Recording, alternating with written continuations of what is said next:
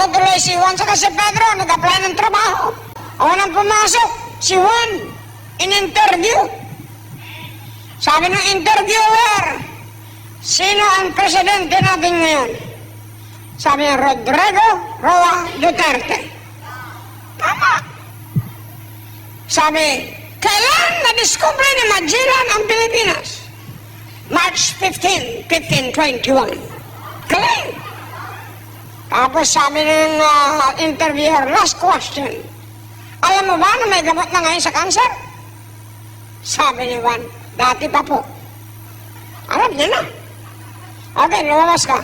Papasukin mo yung sunod. Pasok si Pedro, sabi na sa loob, ano sinabi mo sa loob? Basta't ang sagot mo, Rodrigo Duterte, March 15, 1521, tsaka dati pa po. Basta't ang yung sagot mo. Bay, pagpasok sa amin ng interview kay Pedro, ano pangalan mo? Rodrigo Duterte.